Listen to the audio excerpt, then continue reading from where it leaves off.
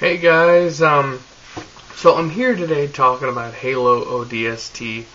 Now I know it's kind of old news and I beat the game like forever ago, but the first thing that comes into my mind when I think Halo ODST is it's not a full game, it's an expansion.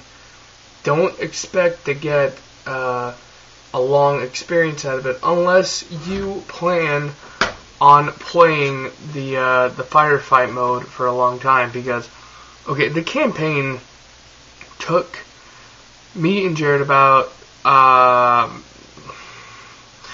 say 5-6 hours max to finish. I mean, it was real easy to blow through, and this is for a 6-hour game. And so my issue is that, they're charging $60 for a 6-hour game, and the firefight mode is awesome. I mean, but the thing is, for me, I'm annoyed because you cannot just do matchmaking with anybody you want. You have to have a bunch of people on your friends list. And people are like, oh, why don't you just get more friends? I can, and I have, but the annoying thing is I have to take the time to do it. I should just be able to go into matchmaking. I should not have to waste my time scrambling around to find people to play with. It's annoying. And every other game, like Vegas 2, that has, the terrorist hunt, there's matchmaking there.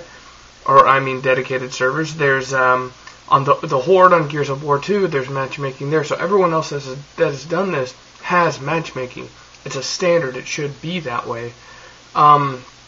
And another annoying thing is there's no multiplayer for the game, no deathmatch, which would be nice because the weapons are actually pretty balanced, more balanced than the other Halo games, except for Halo 1, which I thought was the most balanced out of all of them. So bottom line is it kind of has a different feel to it. It doesn't feel quite as fast paced and as Halo 3 or 2.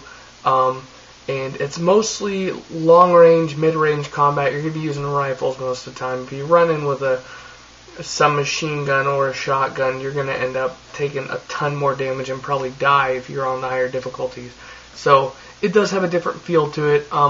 The music, it's a lot less symphony and more like piano stuff, which is pretty cool. It's like jazzy type stuff. So it's not going to make it feel quite as epic, but it does set the mood very nicely.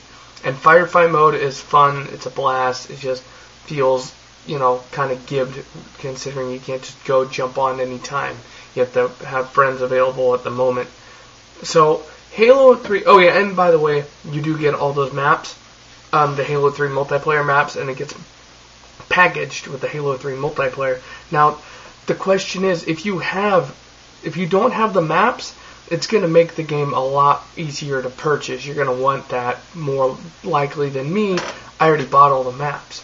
So the purchase was somewhat unnecessary, and I feel somewhat burned because all I got is firefight in the short-ass Halo 3 ODST campaign. So if you already have the maps, I recommend renting the game. And I recommend renting the game to pretty much anyone just to see if you like it, because you can beat it in the time you rent it easily. Sit down with a friend on co-op, or I think there's 4-player co-op, in fact. So sit down with a bunch of friends, play through the game, see if you would like to hold on to it. So, then you'll know if your purchase is worth it. If you asked me to give it a score out of 10, I'd give it a 6.9, 7 out of 10, mostly because the price point is just too high if you already have the maps, and a lot of people do now.